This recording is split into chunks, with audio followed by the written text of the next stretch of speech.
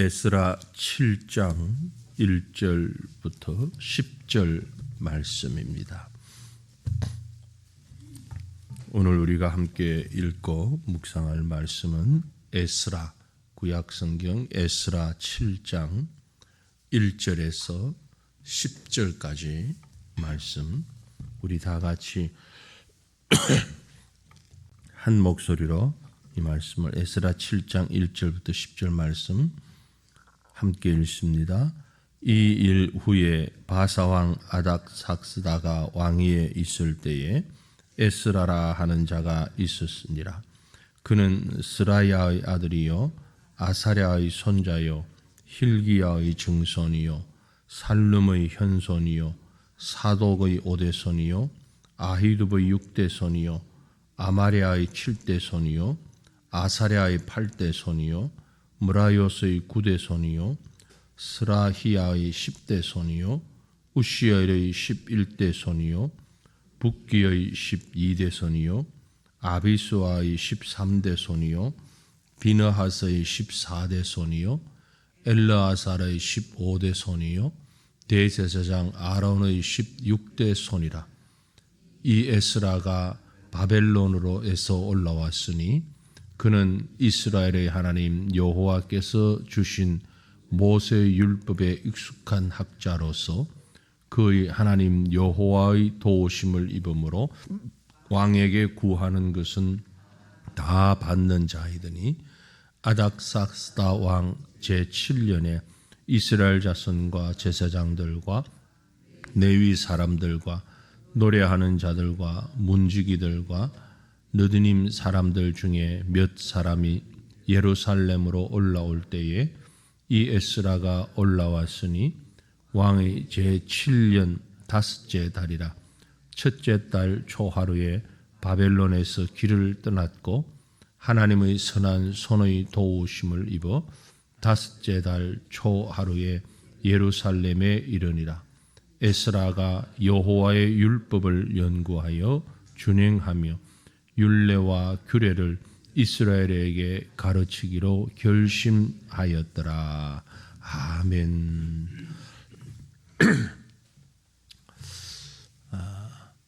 에스라스라고 하는 약간은 낯설기도 할 수 있는 그런 성경을 지금 우리가 묵상하고 있는데요. 우리가 잘 아는 대로 학사, 그런데 요즘 말로 학자 에스라입니다. 율법에 정통한 학자 에스라. 그 에스라를 통하여서 하나님께서 하신 일을 기록하고 있는데, 이 에스라라고 하는 인물에 대해서 어쩌면 에스라서 1장부터 설명을 할 수 있습니다. 그런데 사실 1장의 앞부분에 보면 에스라에 대한 설명이 상세하게 나와 있질 않고 금방 우리가 읽은 7장에 와서야 이 에스라에 대한 설명을 좀 구체적으로 하고 있는 것을 볼 수 있죠. 사실 1장부터 6장까지의 내용은 스룹바벨을 중심으로 진행된 1차 포로 귀환, 포로로 잡혀갔다가 돌아오는 그 사건, 그리고 포로 귀환의 목적이 다른 것 아니고 무너진 예루살렘 성전을 재건하는 것이었죠. 그리고 이제 7장, 우리가 읽은 7장에서는 2차 포로 귀환, 에스라를 중심으로 해서 1장에서 6장이 스룹바벨 중심이었다면 7장부터는 에스라를 중심으로 해서 2차 포로 귀환을 했는데, 그 목적은 1차에서는 예루살렘 성전을 재건하는 것이 목적이었다면 2차에서는 신앙을 다시 재정립하는, 무너진 신앙을 재건하는 이 목적으로 2차 포로 귀환 이후에 있었던 일을 기록하고 있는 것입니다. 그래서 이제 오늘 7장 1절을 시작하면서 이 일 후에 바사왕 아닥사스다가 왕위에 있을 때에 에스라라 하는 자가 있었으니, 그렇게 에스라에 대한 소개를 본격적으로 하고 있습니다. 이 일 후에 라는 말이 이제 금방 말씀드린 1장부터 6장까지의 일, 스룹바벨을 중심으로 1차 포로기환을 하고 예루살렘 성전이 재건되고 한 그 사건. 그런데 예루살렘 성전이 재건된 일이 그저 우리가 지금 성전 재건 말을 이렇게 쉽게 하지만 사실은 그 과정이 쉽지만은 않았죠. 와서 고레스의 칙령에 의하여서 재건할 수 있게 되었는데 성전 재건하려고 하니까 방해하는 사람들이 있었습니다. 그 방해하는 사람들 가운데서 중단되었다가 다시 일이 속행되었다가 이런 여러 예상하지 못했던 난관들이 있고 그럼에도 불구하고 성전이 재건되는 그 우여곡절이 있었죠. 그 일이 있은 후에, 그러니까 지금 7장 1절에 이 일 후에라는 말은 아주 단순하게 표현을 했지만 그 많은 일들이 들어있는, 시간적으로 보면 약 60여 년의 시간이 지나가는 겁니다. 그러니까 6장과 7장의 사이는 한 58년에서 60년 사이, 그 사이가 이 일 후에라는 말에 다 포함되어 버린 거죠. 짧은 시간은 아닙니다. 여러분, 60년의 시간이 지금 오늘날로 본다 해도 한 사람의 태어나서 이제 중년이 넘어가는 그 기간 아닙니까? 그 기간에 많은 일들이 일어났고 일어난 이후에도 그런 시간이 지난, 사람도 변했을 테고요. 많은 일들도 있었을 테고요. 그럼에도 불구하고 하나님은 이 에스라를 통해서 그 시대 속에서 일해 가시는 그 모습을 보여주고 있는 겁니다. 우리가 살아가고 있는 이 시간 속에서 1년, 2년의 시간 혹은 10년, 20년의 시간이 어쩌면 짧기도 하지만 긴 시간일 수도 있잖아요. 10년이면 강산도 변한다. 그런 얘기를 하는데 특별히 우리 한국 같은 상황에서 10년 상당히 많은 일들이 일어나죠. 우리가 해외 나가서 10년, 20년 있다가 국내 들어오는 사람들 말을 들어보면 다른 나라에 온 것 같다. 적응하기 힘든다. 그런 표현들을 하는데 그만큼만 아니라 할지라도 예수님 오시기 한 500여 년 전 사건이니까 그만큼 빠른 속도감은 없다 할지라도 그래도 60년의 시간은 그리 짧은 시간은 아니죠. 많은 사람들이 왔다 갔고 있다가 없어졌고 사건도 생겼다 없어졌고 그럼에도 불구하고 하나님은 동일하신 성전 재건과 이스라엘 백성의 신앙 재건을 위해서 일해 가시는 그 모습을 지금 이 성경이 표현하고 있는 겁니다. 사람들 생각에 아무리 긴 세월이라 할지라도 사람들 생각에 이런저런 사건이 있었다 할지라도 하나님은 계속적으로 일해 가시는 하나님, 그 하나님을 표현하기 위해서 지금 우리가 조금 읽기도 어려울 만큼 사람을 소개하면서 누구의 뭐라고 그랬습니까? 에스라를 얘기하면서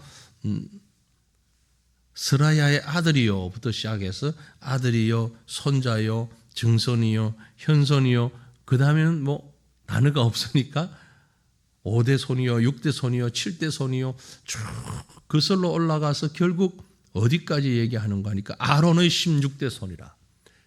이 얘기를 하는 얘기가 이유가 뭐겠습니까? 에스라를 소개하면서 단순히 아론의 16대 손이다 이렇게 말 끝나지 않고 차근차근 누구의 아들이요 손자요부터 시작해서 쭉 올라가서 아론의 16대 손이다.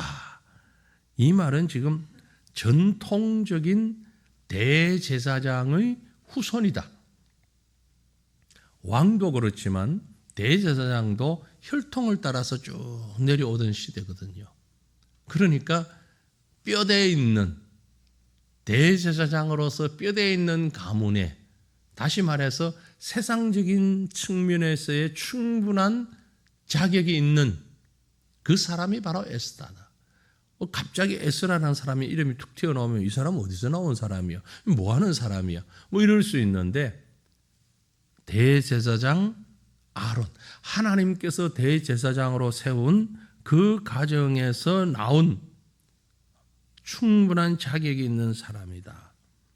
그런데 그 혈통적인 자격만 가지고 얘기되는 건 아니잖아요. 왜 그 혈통적인 자격을 얘기하는 거 하니까 이 에스라가 이제 6절부터 보시면 쭉 5절까지는 소개를 했고요. 6절부터는 이 에스라가 바벨론에서부터 올라왔고 그 올라온 이유가 그는 이스라엘의 하나님 여호와께서 주신 모세 율법에 익숙한 학자다. 모세 율법에 아주 익숙한 사람으로 이스라엘 백성이 지금 출애굽하여서 가나안에 들어가서 이제 하나님의 역사를 경험한 그 이스라엘 백성이 하나님의 특별하신 은혜로 아론의 그 제사장 직무를 받아가지고 여기까지 이르렀는데 그동안에는 다윗도 있었고 그동안에는 여러 가지 역사도 있었고 나라가 망하기도 하고 포로가 되어 가기도 하고 예루살렘 성이 멸망하기도 하고 다시 재건하기도 하고 이런 과정 속에서 하나님은 하나님의 일꾼을 통해서 그 말씀을 주셨고 이 말씀을 지금 이 백성들에게 설명하기 위해서 지금까지 이 역사를 진행해 오셨다. 이 얘기를 지금 하고자 하는 겁니다. 사람들의 역사는 이렇게 저렇게 오르락 내리락 하면서 수많은 일들이 있었는데 그래서 예루살렘을 떠나기도 하고 멸망하기도 하고 새로 세우기도 하고 그 말은 징계와 회복과 또 징계와 고난과 이런 일들이 수없이 반복되었지만 결국은 하나님은 그 과정 속에서 회복을 이루시고 다시 이루어 가시는 약속을 성취시키시는 그 하나님이시다라는 것을 지금 얘기하고 있는 것입니다. 우리 하나님은 바로 그런 하나님이십니다. 사람은 눈에 보이는 사람은 이 모양 저 모양으로 때로는 신나게 발전하는 것 같기도 하고 때로는 아주 풍요로워지는 것 같기도 하고 하지만 때로는 너무너무 내리막길을 치닫는 것 같고 답이 보이지 아니하는 절망으로 빠지는 것 같고 이건 하나님의 사람인지 아닌지도 모를 만큼 엄청난 모습으로 타락하고 결국 하나님의 징계를 받는 것 같아서 다 멸망해버리는 나라가 없어지는 것 같고 하나님께서 세우신 성도 다 망가져버리고 하나님의 백성들도 다 엉망되고 나라를 잃어버리는 것 같고 다 포로가 되어서 잡혀가고 그런가 하면은 또 약간의 불씨가 남아있는 것 같아서 다시 회복시키시고 성이 재건되는데 그런가 해서 보니 그게 또 수많은 방해가 있어서 중단되기도 하고 됐다가 안 됐다가 됐다가 안 됐다가 이런 역사들이 진행되고 있지만 그럼에도 불구하고 하나님은 신랄 같은 희망 그걸 끊어지지 않도록 붙잡고 계시는 하나님. 마치 오늘날 역사를 이렇게 비유해 본다면 동일하다고 볼 수는 없겠으나 저 북한 땅에 우리 바로 곁에 있는 북한 땅에 참 지난 수십 년 동안 한때는 평양이 조선의 예루살렘이라고 할 만큼 놀라운 부흥이 일어나기도 했지요. 그리고 많은 교회와 일꾼들이 그곳에서 훈련도 받고 교회가 성장하고 여러분 평양 신학교라는 말 들어보셨잖아요. 그곳에서 한국의 최초의 목사도 나오고 최초의 선교사도 나오고 그랬던 곳이 지금은 어떻습니까? 다 마치 예루살렘 성이 무너진 것처럼 회파되었어요. 아무것도 없어요. 그리고 지금은 지하에 숨어들어 있는 참 우리가 이름도 모르고 규모도 모르고 내용도 모르고 어제 막연하게 그곳에 교회가 그래도 있단다. 사실 있으니까 여러 경로를 통해서 여러 선교사들을 통해서 우리가 간접적으로 들은 그런 이야기들에 의하면 아직도 그곳에 복음이 있고 그 복음을 지키는 사람들이 있는데 마치 가나다란 신랄처럼 보이지도 않을 정도로 얼마나 힘들고 어렵게 고난 가운데 있는데 그럼에도 불구하고 하나님은 지금도 일하고 계신다는 거죠. 이게 또 우리 개인적으로도 봐도 비슷한 역사가 있습니다. 모태신앙이고 어릴 적부터 신앙생활을 하다가 성장하면서 뭐 세상에 이리저리 살면서 믿음도 잊어버리고 다 팽개치고 세상 사람들하고 똑같이 뭐 오히려 일반적인 사람들보다 더 못한 그런 생활을 하면서 전혀 믿음하고는 상관없이 예수님하고는 아무 관계없이 사는 사람처럼 보이는데 그 속에 가나다라하게 남아있는 신앙의 뿌리, 그것이 결국 수십 년이 지난 어느 날 하나님께서 만져주셔서 그 마음이 복음을 향해서 돌아서게 되고 회개하고 통회하고 하나님 앞으로 돌아오는 이런 인물에 대해서 우리가 가끔 또 듣잖아요. 그런 비슷한 역사가 개인에게나 나라에게나 있는 것처럼 지금 이스라엘에게도 그런 역사가 기록되고 있는 것입니다. 여기서 얘기하고자 하는 것이 무엇입니까? 하나님의 인도하심에 하나님의 주권적인 역사 진행이라는 것입니다. 구약 성경을 통하여서 우리는 많은 그런 모습들을 볼 수 있습니다. 그래서 에스라가 등장을 하고요.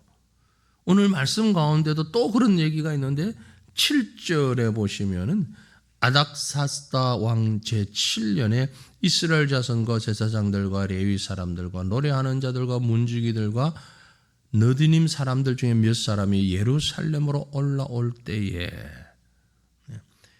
페르시아에서 출발해서 예루살렘으로 올라왔다.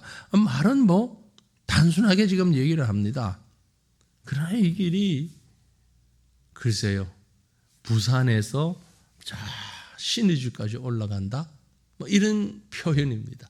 한 900km 정도를 진행하는 여행길을 지금 얘기를 하고 있는데요. 차가 없습니다. 고속도로는 물론이고 차도 없어요. 어떤 겨우 해봐야 마차 정도 있을까요? 뭐 보통은 그것도 없는 그런 상황에서 이 거리를 이동하는 데만 해도 한 학자들에 의해서 계산을 해보니까 한 4, 5개월 걸린다 그래요. 4, 5개월. 그 시간을 이 거리를 이동하면서 아무 일이 없었던 것처럼 표현하고 있습니다. 9절에 보면 첫째 달 초하루에 바벨론에서 길을 떠났고 하나님의 선한 손의 도우심을 입어 다섯째 달 초하루에 예루살렘에 이르니라. 4개월 걸렸잖아요. 그죠? 4개월 동안 걸렸는데 아무 일이 없었던 것처럼 그렇게 기록하고 있습니다. 우리가 성경을 이렇게 보면서 이런 부분들을 좀 놓치지 않았으면 좋겠어요. 학사 또 그 일행들이 4개월을 어쩌면 걸어서 참 어떤 일이 일어날지 모르는 그 시간들을 아무 문제 없이, 이유는요, 하나님의 선한 손의 도우심을 입어라고 표현을 했습니다. 하나님의 선한 손의 도우심을 입어. 다른 말로 얘기하면 아론에서부터 에스라에 이르기까지 수많은 일들이 있었지만 평양 대부흥에서부터 지금까지, 그리고 앞으로 일어날 일에 있어서 그 기간 동안 수많은 일들이 있었지만 한 개인이 태어나서 타락하고 하나님 앞에 서고 부흥하고 쇠퇴하고 수많은 일들이 있었지만 결국 하나님이 그 시간을 인도하시는 것처럼 우리에게도 에스라에게도 그렇게 인도하시는 하나님이라는 사실을 우리가 생각했으면 좋겠다라는 겁니다. 이 새벽에 우리는 우리 각자의 지난 시간들을 한번 이렇게 회상해 봤으면 좋겠습니다. 물론 우리가 자신의 생애지만 다 기억할 수는 없습니다. 어릴 때는 인식이 되질 않았어. 혹은 기억을 했지만 사라져서 모르는 게 훨씬 더 많고요. 그저 내가 기억할 수 있는 것부터 시작해도 참 그때부터 지금까지 살아오면서 얼마나 많은 일들이 있었는가. 어찌 보면 한마디로 이렇게 표현할 수 있을 것입니다. 하나님의 선한 손의 도우심을 입어. 저는 개인적으로 충분히 그렇다고 볼 수 있습니다. 하나님의 선한 손의 도우심을 입어 여기까지 이르렀습니다. 이제 여기에서 하나님 앞에서 내가 해야 할 일이 무엇일까? 에스라에게 대입시켜 보면요, 10절에 에스라가 여호와의 율법을 연구하여 준행하며 율례와 규례를 이스라엘에게 가르치기로 결심하였더라. 그 긴 시간 동안 인도하신 하나님을 생각하며 에스라에게 가졌던 결론적인 결심은 하나님의 말씀을 가르쳐야 하겠다. 하나님이 오늘 저와 여러분을 왜 여기까지 인도하셨습니까? 하나님께서 우리나라 이 민족을 왜 여기까지 인도하셨습니까? 왜 지금도 이 땅에서 살게 하십니까? 하나님이 우리에게 왜 이 가정을 주셨고, 하나님이 왜 우리에게 지금 교회를 주셨고, 하나님이 왜 지금 나에게 이런 상황과 환경을 주셨습니까? 에스라에게는 하나님의 말씀을 가르치는 일을 위해서 인도하셨는데, 나에게는 무엇을 위해서 하나님이 여기까지 나를 인도하셨는지를 돌아보고 생각하는 이 하루가 되었으면 좋겠습니다. 우리가 이 말씀을 묵상하면서 바로 나의 삶에 인도하시고 다스리시고 이끄시는 하나님, 그 하나님의 손길과 하나님의 목적을 다시 한번 생각하면서 하나님 앞에서 받은 그 사명을 능히 잘 감당하게 하옵소서. 기도하며 감당하는 저와 여러분 될 수 있기를 간절히 바랍니다. 아직 기도합니다. 살아계신 하나님 우리 아버지, 하나님의 인도와 하나님의 말씀을 우리의 이성을 통하여서, 생각을 통하여서 이해하는 데만 그치지 말게 하옵소서. 하나하나를 곱씹어 볼 때에, 되돌아볼 때에 하나님의 손길이 분명합니다. 하나님의 인도하심이 있었습니다. 그러나 그 기억을 회상하는 데서 머물지 말게 하시고, 이것이 오늘 나에게 어떤 의미가 있으며 무슨 목적이 있는가를 생각할 수 있는 저희가 되기를 원합니다.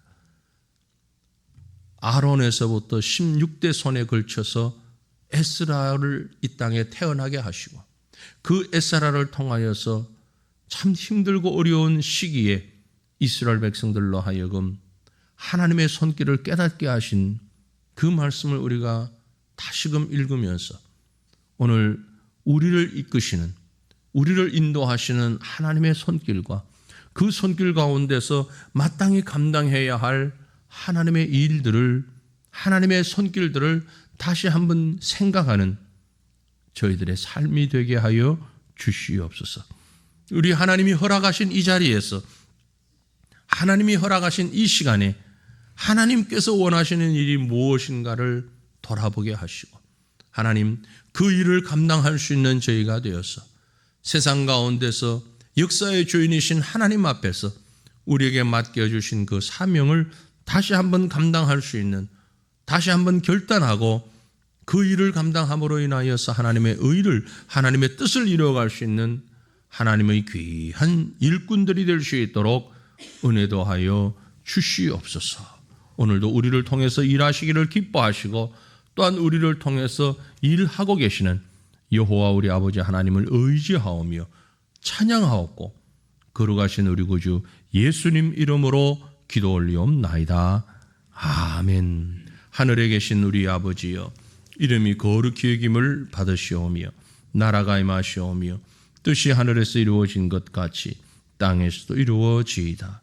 오늘 우리에게 일용할 양식을 주시옵고 우리가 우리에게 죄 지은 자를 사하여 준 것 같이 우리 죄를 사하여 주시옵고 우리를 시험에 들게 하지 마시옵고 다만 악에서 구하시옵소서. 나라와 권세와 영광이 아버지께 영원히 있사옵나이다. 아멘.